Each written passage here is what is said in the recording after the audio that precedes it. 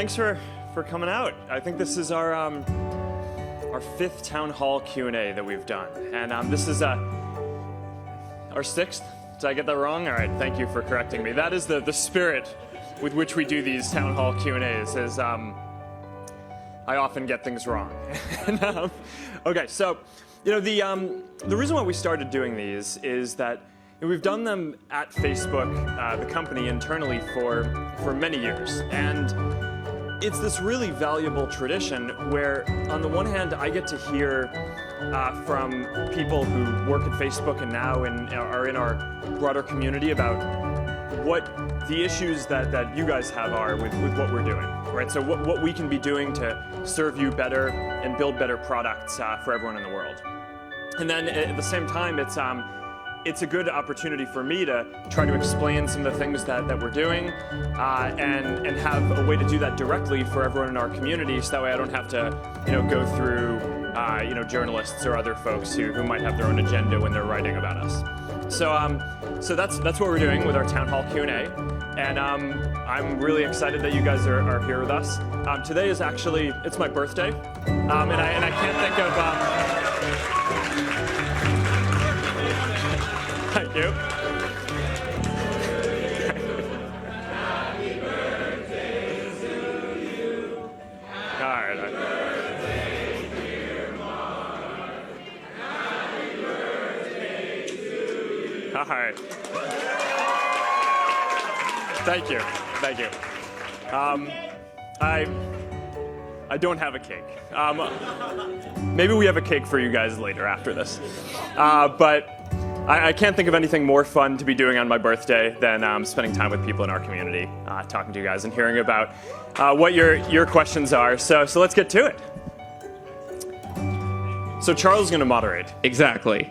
By the way, there are cupcakes out front. So if you guys have cake envy, there's enough for everybody.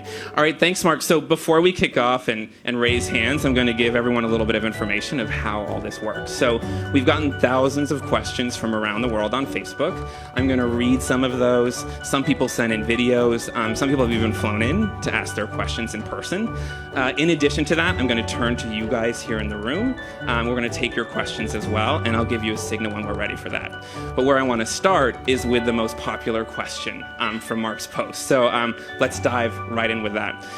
So Mark, this question comes from Israel, but is about Ukraine. Not to get confusing. So it actually had 45,000 likes on your profile.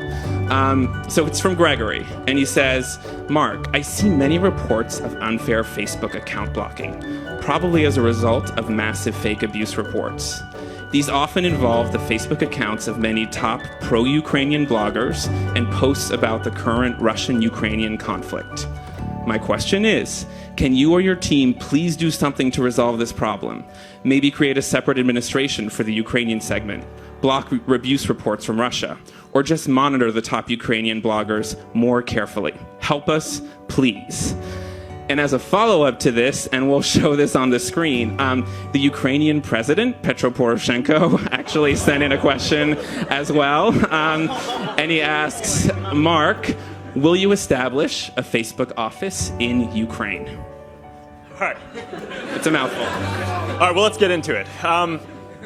So 45,000 votes for that question is I think makes it by far the most voted on question that we've ever had at one of these Q&As. So I did some research before this to make sure that I had the right answer to this one. There were a few different parts of the question. One was about content moderation and some specific types of content that have been taken down that some Ukrainian folks have posted. The second part of it is about how we do moderation and overall kind of what our approach is to that. And then the third, which Ukrainian president has written in on, is will we open up an office in Ukraine? So I'll go through each of those. For the first, there's been a bunch of content that has been posted that violates the rules that we have around hate speech, right? So we don't allow people to post content on Facebook that is overtly hateful towards another group, that has ethnic slurs, that tries to incite violence towards an ethnic group or anything like that. And unfortunately, there were a few posts that folks were posting that kind of tripped that rule, and other folks in our community reported that in, and we looked at those, and we made the determination that some of these posts included these ethnic slurs against some Russian folks, and we took down those posts. And I looked into this personally because this question had 45,000 votes on it, so I wanted to make sure that I understood what I was talking about before we got up here, and I stand by that. I think we did the right thing according to our policies in taking down those posts, and I agree with the policies that we have around not supporting hate speech. I think that is a good set of rules that we have on the system. Now, there were a couple of questions that folks were asking about, were these posts by Ukrainians moderated by Russians, where there's the ongoing conflict between Russia and Ukraine. And there was this meme that was floating around that this policy and the content moderation was done out of a Russian office by Russians who were anti-Ukrainian. And that's not true. So first of all, we don't actually have a Russian office. So anyone who thinks that this was done out of a Russian office, that should probably put that to rest. We also don't have a Ukrainian office, and we actually don't have offices in a lot of countries around the world, but maybe over time. And what we try to do is when people write in and report content, we try to have folks who speak that language review it, and we have a European headquarters in Dublin, where we have folks who speak a lot of different languages from around the world, look at the different content, and that's what we did here. Now, we did make one mistake, which was when we reached out to some of the folks to tell them about the content that we'd taken down, there was a bug in our system where we accidentally told folks that we were taking it down because the post contained nudity instead of hate speech. So that was a mistake, and we are... that was a bug in the software that we were running. We fixed that. We have reached out and apologized to folks. It's pretty clear if you look at the post that they don't contain nudity, so I understand why that was the source of some confusion, but we'll try not to make that mistake anymore. To the question from the Ukrainian president, and I think a bunch of other people wrote in with this as well, about are we willing to put an office in Ukraine? Over time, it's something that we might consider, right? There are a lot of advantages to having people who work at the company, especially engineers and people who are building products, not spread all around the world, but instead just in a smaller number of offices where people can work more easily together. Right? If you always have to video conference or make phone calls to collaborate with people, and you have to work across a lot of different time zones, that puts a big tax on working together and makes it very hard. So there are areas like in sales or partnerships where it does make a lot of sense to have local teams who are working with local partners for things like engineering offices, and which is most of what we do at the company. It really makes sense to kind of try to centralize that in as few centers as possible, which is why we don't have offices in a lot of places around the world. But as we do look to expand over time, we will certainly consider all of these countries. So thank you for the question that 45,000 people voted on, and for the Ukrainian president for writing in. I don't think we've gotten that one before. Excellent. So I want to go to one of our fly-ins today. Ray, let's start with you. You'll be the first. Yeah. Hi, Mark. My name is Ray. I'm from New York, Brooklyn. And my question was about Oculus devices. And I really wanted to know, what's the Oculus devices used for in the future by Facebook, and what we can expect from a Facebook using the Oculus devices. There is some kind of the particular way that we could use in the future Oculus devices. Yeah, so Oculus and virtual reality in general are areas that I'm really excited about, right? Because every 10 or 15 years, a completely new computing platform comes along, right? So in the 90s, we had these desktop computers and laptops, and you controlled them through a mouse, and it was very indirect. And now we have these much more intuitive devices, phones, tablets, where you can tap on them and interact directly with apps and software. And when the computing devices made that leap from desktop to the modern generation, all of the apps needed to be rewritten, right? Because the way that you interacted with them is completely different in a world where you're kind of touching your device and interacting with it directly as opposed to indirectly.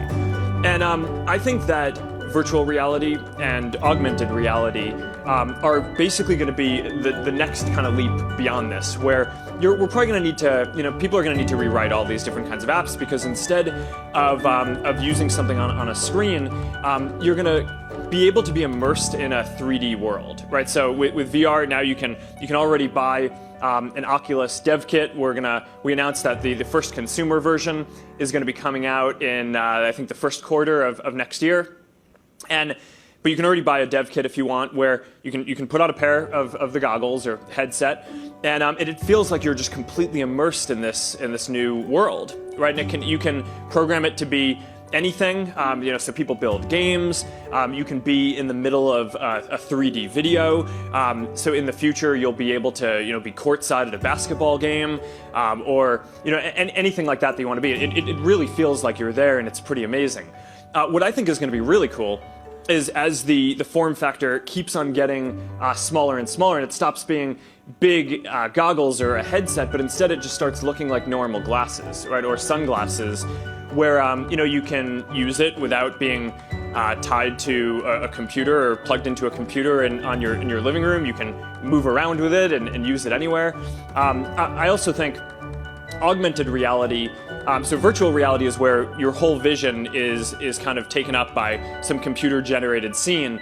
Augmented reality is where you kind of see the world, but you can also put new objects in it, right? So, today if I want to show my friends a photo, maybe I'll pull out my phone and show them the photo on my phone. In the future, you'll just be able to kind of snap your fingers and instantiate a photo album and or a big photo, make it whatever size you want, and people will be able to see it through their glasses. And I think that's pretty amazing. And it's going to take, 5, 7, 10, I don't know, maybe 12 years to build that out and have that be something that really works, and that is cheap enough for everyone around the world to use. And these big shifts in computing only happen, once every 10 or 15 years. But that's what we're trying to do with Oculus, is, we bought this company that is clearly the leader in virtual reality technology, realized that there's going to have to be a ton of work ahead. They wanted to join us because Facebook is a company that can really afford to invest in this and believes in what we're going to need to do in order to achieve that full vision. And I just hope that over 5, 7, 10 years we get there and we can deliver this. But starting in 2016, you're going to be able to buy a consumer Oculus device and play a lot of games and access a lot of immersive video content, and it's going to be really cool. So I'm really looking forward to that. Mark, I want to get to one of our video questions. Don't worry, guys. We'll get a question from the room really soon. This one comes from Alicia in Lancaster, Pennsylvania. So let's turn to the monitors and tee that up.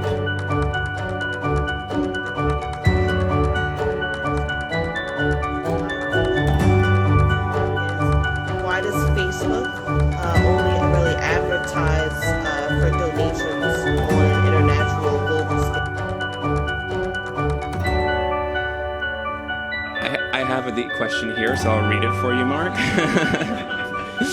So she says, why does Facebook only advertise for global disasters and not American ones? Yeah.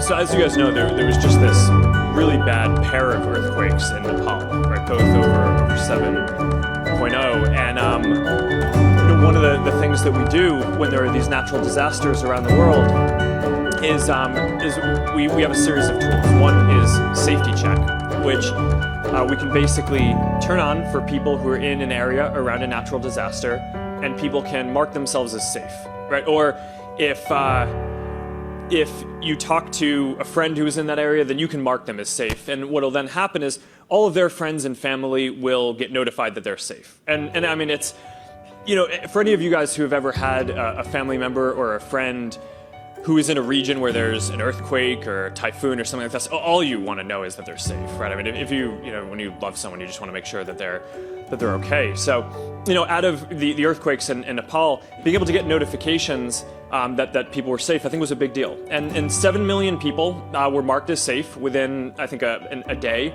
And 150 million of their friends and family were notified. So that's kind of one thing that we were doing. Another is, in the event of these natural disasters, we try to help our community come together to raise money for the relief efforts.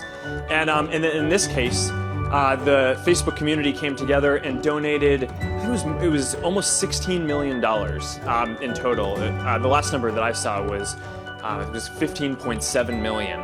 And then on top of that, Facebook donated an additional 2 million to the relief efforts.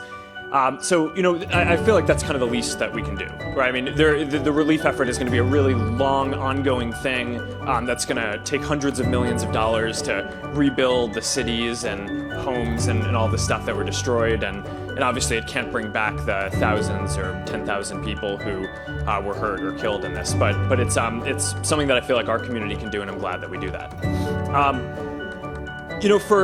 In the U.S., we've been fortunate in that we haven't had a crazy earthquake or natural disaster like this recently. There are certainly other issues that we have that we've tried to build tools to empower people on. So, for example, one example is Amber Alerts. I don't know if you guys have heard of this, but there's this program for abducted and missing children, which it's not. That's not an earthquake. It doesn't affect everyone at once, but when this program that runs these Amber Alerts hears of a child who has gone missing, they can issue an Amber Alert out to people who are nearby in an area. And there are a number of places in which these Amber Alerts show up, but we realized if we show these on Facebook to people who are in that area, that'll be how most people see them. So we built an Amber Alerts tool, and we've only actually had to turn it on a few times, but fortunately, one of the times that we turned it on, we actually were able to help someone in our community, looked at it, saw the picture, and then actually realized that the kid who was missing was nearby, understood that because of seeing the Amber Alert on Facebook, and then called the police, and the kid was saved. So there are different things, I think, for each of these different communities around the world that we can be doing to enable the broader Facebook community to come together and help people who are in need. And we're going to try to do more of those. I just think that this is our social responsibility, is to give our community more tools to do these different kinds of things, and we'll certainly want to do more over time. All right, so let's open to the room. Who has questions here? You have a question? Come on over. Come hang out with me over here. My name is Sachi. I was actually born in Nepal, and I have a lot of family members there currently. And just having that safety check that you just mentioned was like a great relief.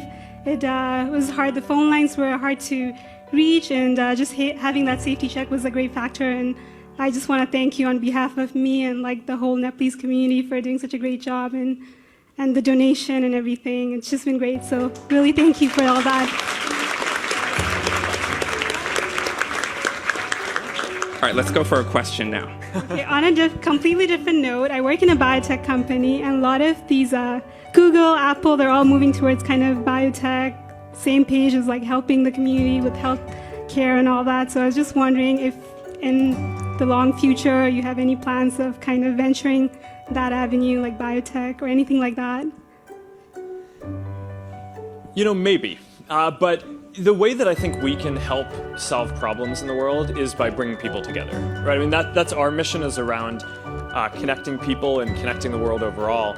And there are some pretty amazing stories that we hear from folks in our community about how they are coming together for health reasons, right? So whether it's folks who all have an illness in common, forming support groups.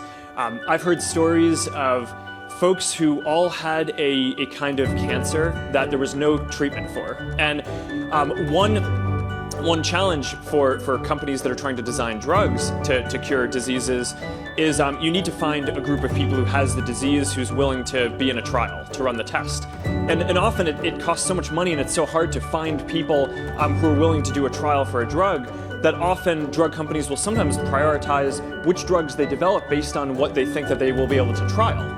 So we've actually heard of examples from people coming together to create Facebook groups for diseases that did not have cures, and came together and basically said, all put their hands up and say, if a company designs a drug, everyone who's a part of this group is signed up to be a part of the trial. And then, some companies have actually come through and delivered different trial drugs for that. So, Facebook as a company, we're never going to be the company that's designing the drugs, right? I mean, that's just not what we're good at in the world. And I think that's probably not a good use of, the people at our company, because we're just not experts at that. So what we should try to do is empower other folks who are to do their best work.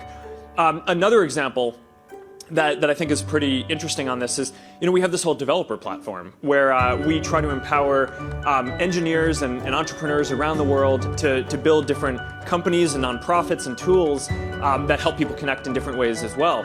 And there are a couple of tools that have been built, especially in other countries, that try to bring people together around like blood donations and things like that. And these are all problems of connecting people, right? And if we can help match people who have compatible blood types, who need transfusions, or match people who need to get an organ donation or something like that, then those are big health problems that we can help solve just by fulfilling this mission of connecting people.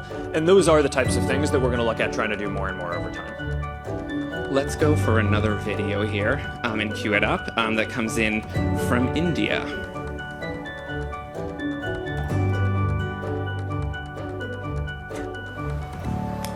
Hi Mark and the Facebook team out there.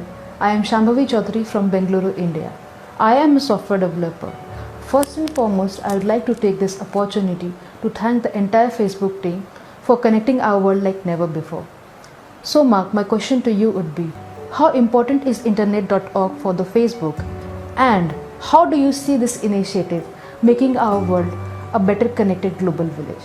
Thank you. Yeah, and that's a good question. So for those of you guys who haven't heard of internet.org and what we're doing here, we have this whole effort where we're trying to help everyone in the world get on the internet. It turns out that the vast majority of people in the world have no access to internet, right? And living, here in the US, or especially here in Silicon Valley, it's pretty easy to miss that fact. But it turns out that there are about 7 billion people in the world, and only about 2.7 or 2.9 billion people have any access to the internet at all. So there are more than 4 billion people, the majority of people in the world, who don't have any access. And that's what we're trying to solve through this internet.org program, where we basically go around the world working with mobile operators and governments and local entrepreneurs to be able to offer some basic internet services for free. And the way that I kind of think about this is, it's kind of like, in the US we have 911, right? So even if you can't afford to pay for your mobile phone, you can still always dial 911, right? And you can get help on basic things that you need. And I just think that there should be a version of this for the internet where people can access some basic education information, health information, job listings, some basic things that you need. And the idea is that by getting access to this content, we actually find that more people who use these basic services then go and decide to go pay for a data plan and get full access to the internet. So out of those 4 billion people, it actually, a lot of them can afford to pay for the internet, but maybe they grew up and they didn't have a computer, they haven't used the internet, and they're not sure why they would want the internet yet. But by trying it out and using some of these basic services, a lot of folks then end up using it.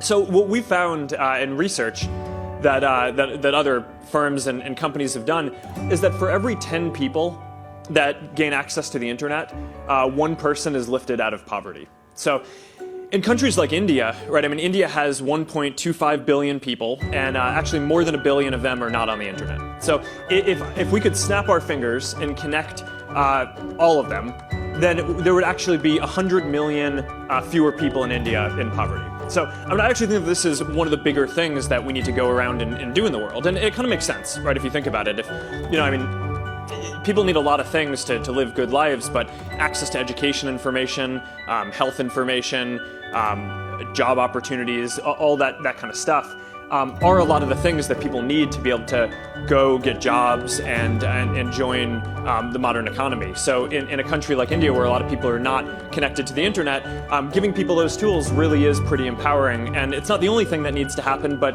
I think it's one of the big things that we're working on doing. So that's a big effort for Facebook. It's one of the things that I'm really passionate about. Our mission is to help connect everyone in the world. Obviously, we cannot do that if the majority of people are not even on the internet. When we were getting started as a small company, when I was getting started in my dorm room, you don't kind of dream about one day we're not just going to build a service that a lot of people use, but we're also going to try to get people on the internet. But now we're a bigger company, and a lot of people use Facebook, and we have the resources to go try to take on some of these bigger problems. So I feel like we have a responsibility to do that. And I actually am spending a lot of my time doing this, flying around, meeting with different governments, and trying to get folks on board to support this program. And we're making good progress. This week, we launched in our 10th country, Malawi, and as of this week, there are now 1 billion people who are in countries that Internet.org supports, who can go into a store, get a phone, and get some free basic internet access. And it's not 1 billion people using it yet. We still have a lot of work to do in terms of getting the word out that this is available. But there are, I think the latest number was 9 million people who are using the internet for the first time, who were never using it before because of the efforts that Internet.org is doing. So I'm excited about this, and excited to keep doing it. Yeah.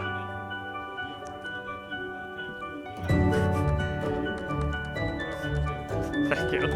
Yeah, we launched in Bangladesh earlier this week too. So I want to cut to someone who has actually flown in to ask a question, Mark. So Josh, it's your moment.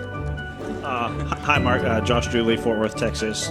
My question was, has Facebook considered something like a newsreel to broadcast current events that are more lined up with like Facebook strategy, goals, and values? So not just current events that I can get from any media outlet, but all of your acquisitions or just what initiatives Facebook is involved in, things, a way to share that. So I appreciate the question, because the implication is that you're interested in Facebook news, which I don't know if most people who use Facebook do. So I appreciate that. And probably the best thing for your question is, we have pages, right? I'm just like a lot of businesses around the world.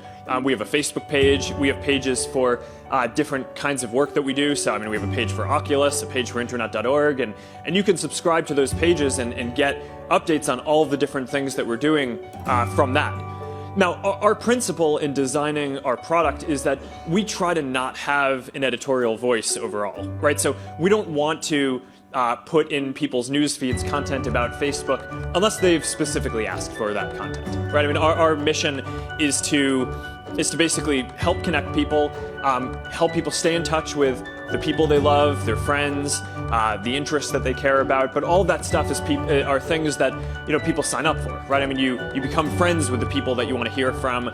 You like the pages that you want to get content from. So I think it's something like 60 million people, or it might actually be 160 million. I forget the exact number. Have liked the Facebook page, and I think are getting content from it. But for those who are not interested in hearing news about Facebook, then we're not going to kind of push that into your news feed. This is a good opportunity, though, to talk about some new stuff that we actually are doing with news that I'm pretty excited about. This week, we just announced this new product called Instant Articles, and the basic idea of this is that I don't know how many of you guys read news and click and tap on links that you see in Facebook, but from my perspective, it's actually one of the more annoying things and that I really don't like about the Facebook app right now is you're browsing through and you're scrolling and you come across a story that you want to read and you tap on it and it takes 10 seconds to load.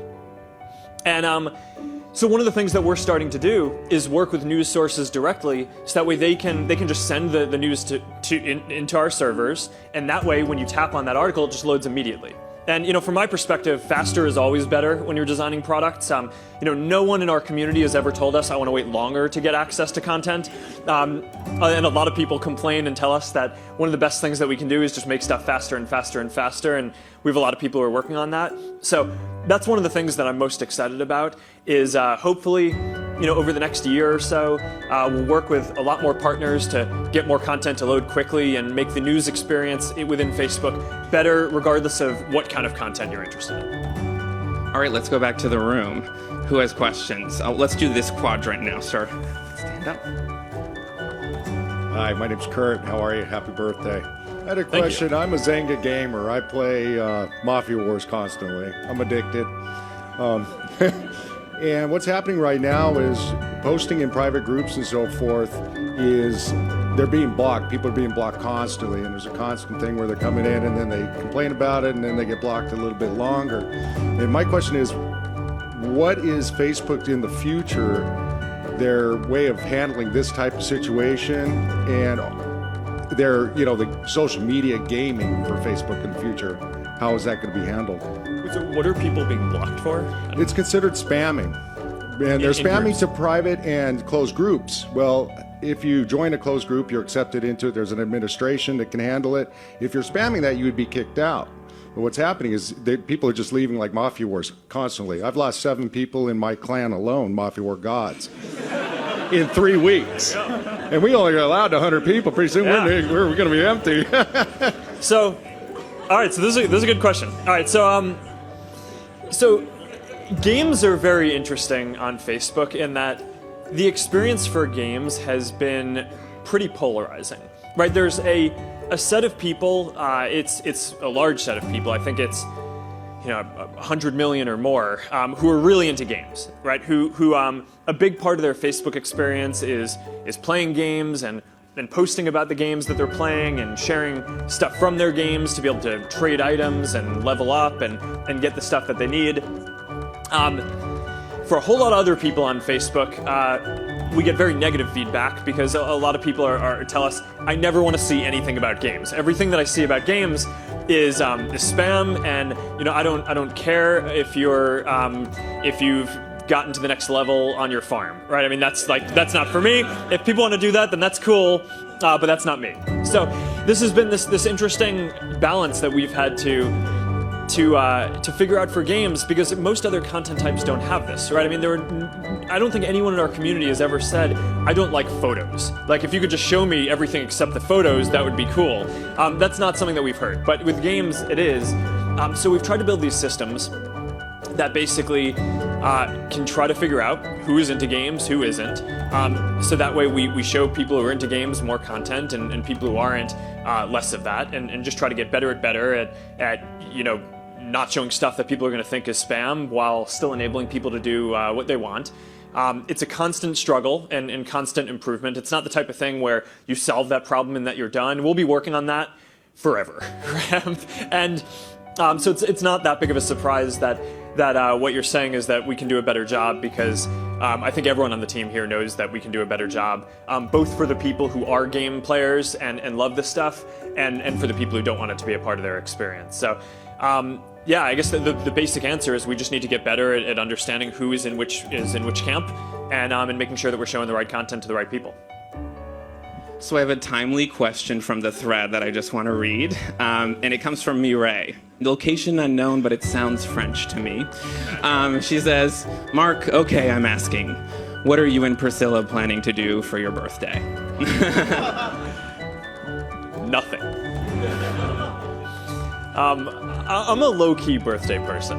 My view is like, I get too much attention the rest of the time. So I would like to just kind of have people leave me alone on my birthday. So I'm gonna go home. We're probably gonna cook dinner, hang out with our dog, and that's my idea of a wonderful evening. Last year this year I'm turning 31. Last year I turned 30, and I actually arranged it so I wasn't even. I flew to the other side of the country for my birthday. I was like, oh well, maybe if I have some business meetings on my birthday, then people at Facebook can't bug me or try to do anything or surprise me. I was wrong. I came back. My assistant had filled up my conference room with balloons, which was pretty funny. But then, I'm a really stubborn person, right? So then it was like, oh, that was a funny surprise. Like maybe should we clear the balloons out? I'm like, no, I'm gonna just do all my meetings with all those balloons. And so then it gave way to some pretty funny dynamics because the normal reviews that I have, a lot of them are pretty contentious. Product teams will come in and they'll talk about what they want to do or what they think they're doing, and I'll say, well, are you really doing what people want? And we'll have this debate back and forth. And there was this particularly contentious review that we had, and I'll just never forget it because we were sitting there. It was ridiculous. We're all up to our waist in balloons, and everyone is just so sad, and they're all just sitting there, and I'm just it's you guys have to do better work. It's you're letting our community down. We need to do better work, and it's just so I think we have this wonderful photo of that where it's everyone is just up to their waist in balloons, and everyone is just oh man, what are we doing? So we're not doing that this year, but I think I'm just gonna go home and cook a meal. Excellent. So next I want to go to Troy, who's flown in here for his question. Good, Mark. I'm Troy from Mesquite, Texas. Kind of a weird question. More towards you than Facebook. What was your favorite video game growing up as a kid, and did that lead into any programming thoughts to get to where you are now? No, I think this is a really good and important question. My favorite game, since I was a kid, and I still actually really like it, although it's a few generations later, is Civilization. You get to kind of build up. It's a really fun game. Helping a civilization design an economy and develop science and stuff like that, and try to keep everyone peaceful. I like that. But what I really did a lot when I was a kid was I made a lot of games for myself, and they were terrible, but this was how I got into programming. I got a computer when I think I was 10 or 11. I started using my parents' first computer and then got my own, and was playing games and wanted to make them better. So I just started kind of messing around and designing some stuff myself. And the games were terrible by any objective measure of a game, but there's some gratification that you get when it's your game, right? And when you're playing something that you designed. So I would do these things I grew up in New York, and there was all the snow, and I would kind of force my sisters to have snowball fights, and they didn't want to do that, so instead I made a snowball fight game. So then everyone was happy, right? I mean, it was a terrible game, but I got to play a game, they got to not get hit with snowballs, it was just a win all around. And I do think that this dynamic around kids growing up and building games and playing games is an important one, because I actually think that this is how a lot of kids get into programming. And I hear a lot that parents are concerned about their kids playing games, and there are valid concerns, and I think that there's an important debate to be had around that. But I do think that if you're a parent and you don't let your children use technology, but you also want them to grow up to be a computer programmer, or at least be able to, or not want to, but be open to that if that's what they want to do, then I actually think giving people the opportunity to play around with different stuff is actually one of the best things you can do to kind of help people explore their, give them a creative outlet and give them experience with things that they can then kind of mess around with and build some of themselves. I definitely would not have gotten into programming if I hadn't played games when I was a kid. So Mark, I want to throw a question in here that seems to have been a hot topic recently. And it is, we've been seeing a lot of headlines in Europe about tensions with tech companies like Facebook. What's your take on that? All right, well, that's a big one. So, what's my take on this? There are a few different big trends that are going on, I think, in Europe and around the world. One big one is that this phenomenon of a company, a technology company, but really any company, being able to get started and then, 10 years later, be serving 1 billion people around the world. That's pretty new in the world, right? I don't think that's something that was not really possible 30 years ago. and the technology enabling that, it kind of changes a lot of things and opens up a lot of questions. And I think governments around the world are kind of figuring out what the right frameworks are for regulating really important issues like privacy and security and things that are really important, right? And that companies take seriously, but that also people rightfully rely on their governments to make sure that there are the right laws around these things and that everyone is kind of acting in a good way. So that's kind of one trend, is just that this phenomenon of new companies is kind of a big one, a new one. The other thing in Europe specifically is there's this big debate around how much Europe should be a union, right, like the US, versus a bunch of independent countries. And I think that that's just a long-term ongoing debate. I mean, there's the EU and there's the Euro, but each country also has a strong national identity. And one dynamic that we see is that each country has very different laws. And that makes it very difficult to know what you're supposed to do as a company trying to offer services, right? Because you're trying to conform to, in some cases it's 20 different versions of different kind of laws. So there's this big push in Europe recently to create what I guess the term that they're using is a single digital market, right, for the internet. So basically to have one broad set of internet regulations across the EU. And I think that would be very good. Because if you do that, you will make it so that it's easier for companies to offer services, easier for them to comply with the laws because they actually know what the laws are in all these different places, and there aren't 20 or 30 different sets of rules to follow. And the framework on this is pretty simple. Companies need to have a European headquarters. Facebook does. We have our international and European headquarters is in Dublin. I mentioned that earlier, and we have a big center there. It's a great city that has a lot of different talented folks and a diverse set of people who can come and do great work.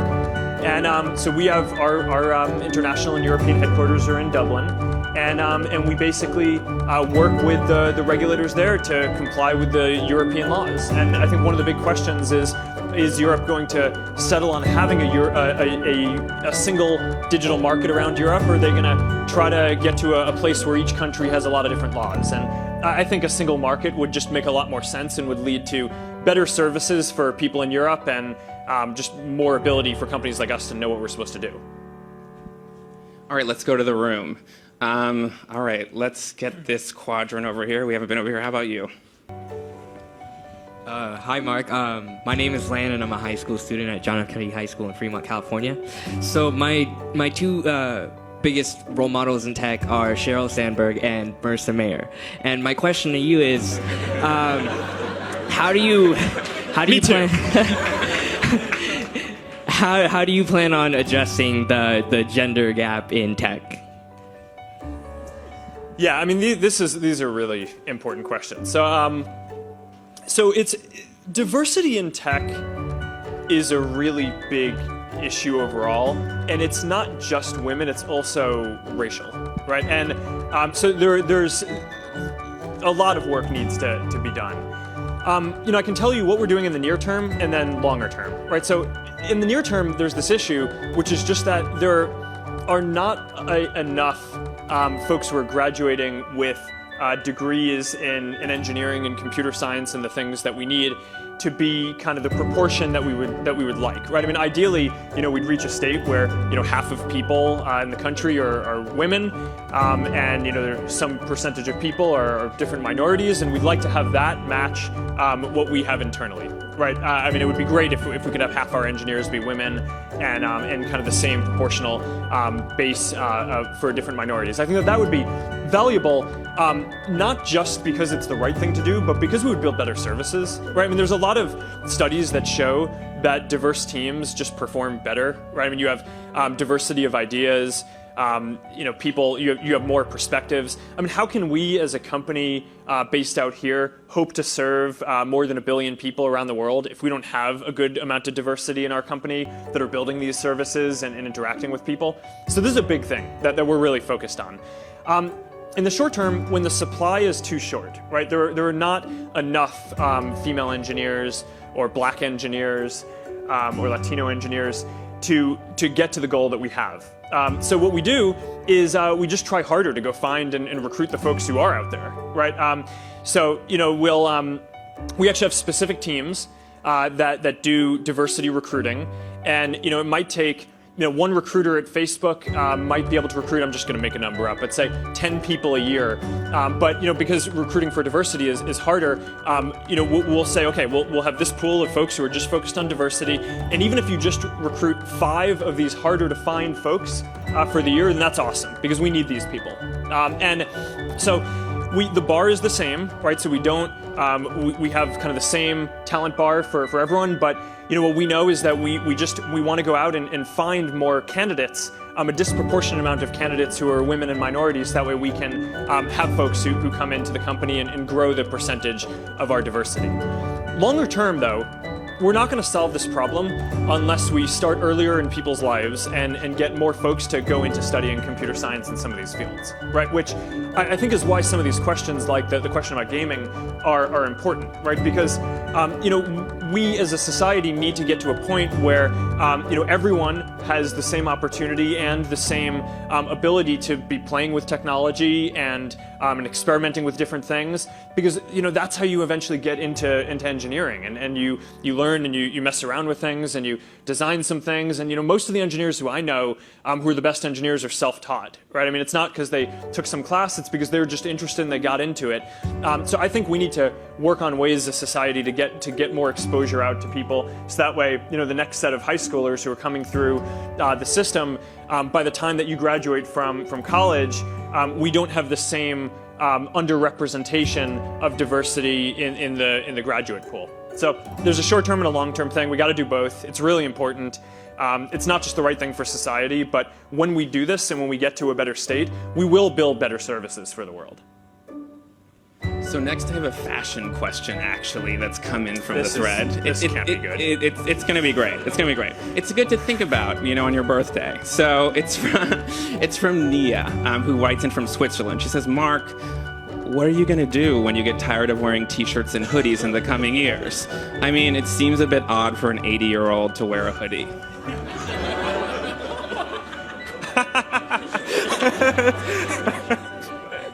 All right, well, I have like 50 more years, so I think I'll figure that out by the time hopefully I live to be 80. I don't know. My philosophy on this, which interesting enough, this is not the first question at a town hall Q&A about gray t-shirts, but the philosophy is, I don't spend a lot of time thinking about fashion, as you can see, and that's because there's a lot of psychological research that shows that when people make decisions, it takes some of your energy, right? Even if it's a small decision, like what you're gonna eat for breakfast or what you're gonna wear, and I don't want to spend my energy on that. I want to come in and spend my time and my energy working on things that are going to build better products and help connect the world, right? So even if this is just a small thing, it helps me not have to think about some of this other stuff, and I appreciate that. So I don't know. When I'm 80, I don't know. Maybe who knows what kind of incredibly unfashionable thing I'll have. Maybe I'll wear like a unitard. I mean, it's or a one piece. A unitard may be bad, but what is it called? A onesie? Yeah, I mean that would be. It sounds comfort focused. I like that. Yeah. So we have one more onesie, person. I think is what I meant. I think unitard would traumatize a lot of people. Onesie's good. So we have one more person who's flown in, Ramsey here. So I want to make sure we get to you. First of all, happy birthday. I'm from Kansas City. My name is Ramsey Mosen. My question is about Messenger. Earlier this year you announced the platform, a lot of really cool, exciting features that were announced. I'm curious, what's your vision for Messenger? Do you see it as a replacement for email? What's your vision for the product? Yeah, so we're really focused on messaging right now, and we build Messenger, which a lot of people are using now to connect with friends on Facebook. We also acquired WhatsApp, and they joined us last year.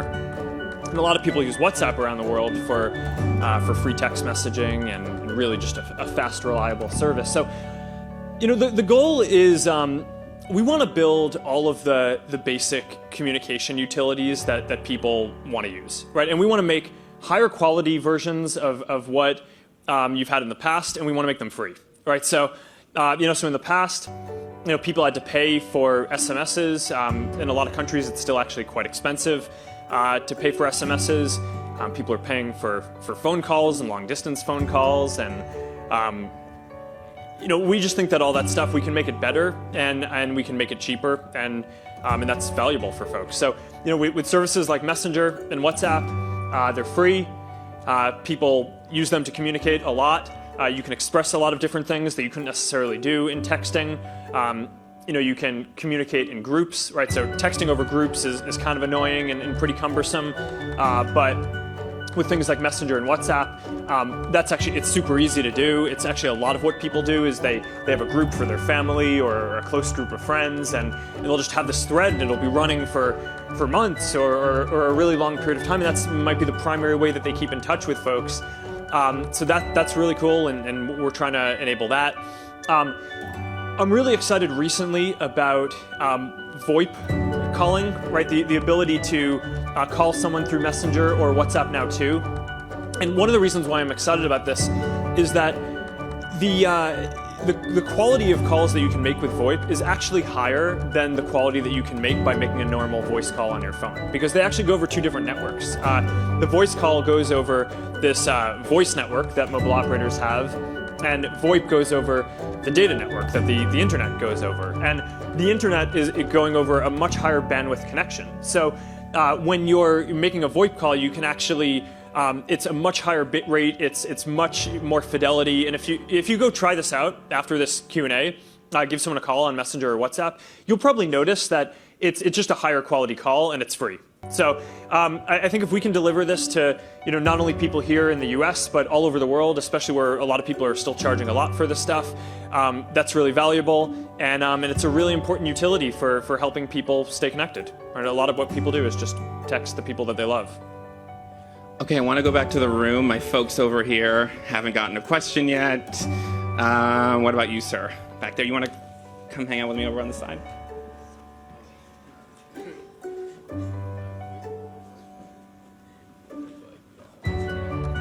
Hi Mark, my name is Prapancha, and I wanted to talk about some of the social services that you're talking about adding into Facebook.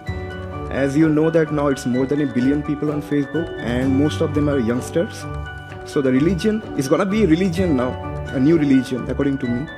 And for some countries like India, developing countries like India, where there are educated people but they don't have enough guidance, can you make something new in Facebook like task of the week or video of the week, where you get someone to talk about some coming issues in the future like deforestation or pollution or such kind of social issues that are going to come they're very near to us. So, and for kids who are growing up, they're spending their time on Facebooking, on chats or messaging, but there can be other things like, some of the videos that you can make it like, the project of the week, where children they're interested to build some projects, and then you can actually nominate a leader among them and, make this feature grow like an intellectual property in them. Yeah. So this is a good question. Wherever possible, our philosophy is to try to not insert ourselves, but instead just let people share what matters to them, right? So a lot of these things, we build tools like trending topics where, if a lot of people are talking about something, we'll surface that more.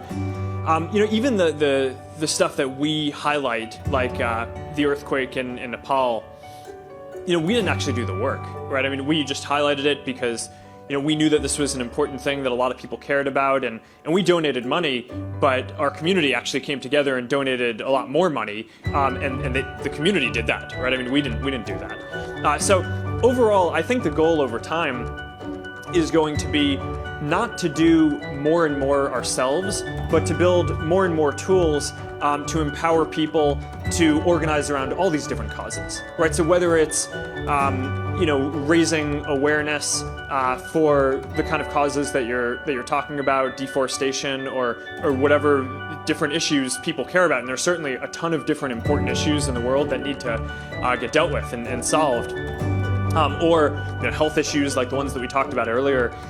Our goal over time will be to build tools that empower people to do that, and use the social network and the connections that they have on Facebook to kind of self-organize in groups of people that are interested in taking on these different problems and have the solutions come about that way, rather than having the answer always be, we put something on top of newsfeed, right? Which obviously that's not that scalable, and we can't do that every day and can't cover all of the important issues in the world. So I do think that this is going to be a much better way to solve these issues over time, is just giving people more and more tools to do this.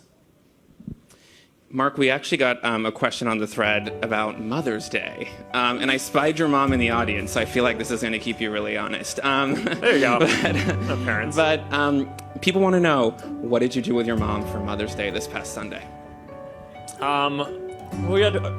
So I'm lucky. My whole family lives out here, and so everyone came over for a nice brunch, and we all thanked my lovely mother, who's here, for.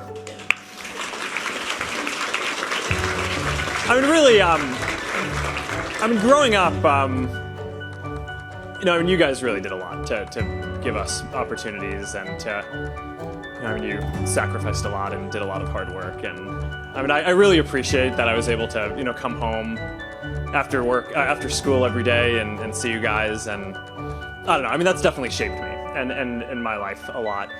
So yeah, I feel fortunate to have my parents around here and be able to see them frequently, and have my parents be able to come by our town hall Q&As, and which I actually didn't even know you guys were going to come, but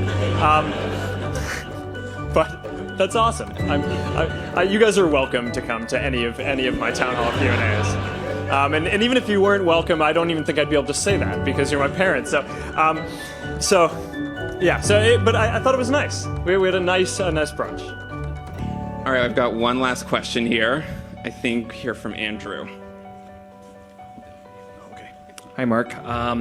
So I have one question. I'm a small business owner. I have a place called Guyz up here in San Francisco. I have a question. So given the decline in organic reach, how should businesses like ours or any business think about the role of pages? Yeah, this is an important question. So just to give some context on this, we're always trying to improve the algorithm that shows the most relevant content in newsfeed, right? And there have been a few questions that have touched on this. There was the game question before, where some folks want to get game content, some folks don't. Some folks want to see a lot of content from businesses in their newsfeed, others don't. And what we try to do is continually improve how accurate we are in getting people the content that they're going to be interested in the system. So that's what we're trying to do with all the changes that we're making in newsfeed. For some of this, for people who are less interested in getting commercial content or content from businesses, we're showing less of that content, and that is leading to some businesses getting less organic reach, basically, when they post from their pages than they used to. They might have used to reach half of their fans in a day, and now I'm just making up numbers, but because this is going to vary by business to business, but now maybe instead you're reaching half of that. So the question is, how should you think about that? And there are a couple of things as a business owner that I would suggest that you think about when you're running your Facebook page. The first is that regardless of the changes that we've made, Facebook actually is still the best way to distribute stuff to all of the people that you're trying to reach and all your customers, right? It's probably all your customers, or most of them, are on Facebook, and you probably have more connections on Facebook than any other tool. So I actually think that even if the amount is declined a little bit as we are trying to make people's news feeds better and more personal, Facebook remains a great way to reach people. So that means that from that perspective, you probably don't actually need to adjust your behavior that much. The second thing is that a lot of businesses, I think, focus on the distribution of newsfeed, right? And how much are their posts being seen in newsfeed? And that doesn't take into account a second really important thing, which is that a lot of people actually go visit pages, right? And especially on mobile, where a lot of websites just are not designed well for mobile web yet, right? So they're still designed for big screens and they don't display well on a browser. It was a lot easier to navigate to a small business web page on desktop, whereas on mobile, most people spend more of their time in apps than on the web, and a lot of people probably aren't going to download a lot of apps for every small business that they interact with. What we're seeing is that people's pages on Facebook are actually becoming a more and more important presence, where customers will actually go look them up to see, hours that a restaurant or a store are open, to see what their friends think about it. Typical types of things that you might have previously gone to the website to go see. So I guess that's kind of how I would think about Facebook pages running a business. One is that the distribution is still really good, even as we're going to continue tweaking it to give everyone the best newsfeed experience that we can. And two is focus more on the part where people are actually directly navigating to your page to create the best landing experience that you can for mobile, because in the future I think a lot of people are going to go to business Facebook pages in addition to web. So that's all we have time for. All right. That's the end of it. I'll let you thank close this out, Thank Mark. you for coming out. These town hall Q&As are... Everybody have a seat. Can you guys stay in your seats for me? One moment. These Q&As are really valuable for me. I love doing them and hearing what you guys are thinking about, and hopefully I gave some useful answers and information. But it's also really useful for me just to hear what you guys are thinking about, and I'm definitely going to go take away the questions that you guys are asking and have voted on, and I'm going to go meet with our teams and try to make sure that we do a better job to serve you better and everything that we're doing. So now to wrap up, I think we're going to take one big group picture. But everyone, stay seated. All right. All right, I got this. Don't everyone come rush me. Exactly. Okay.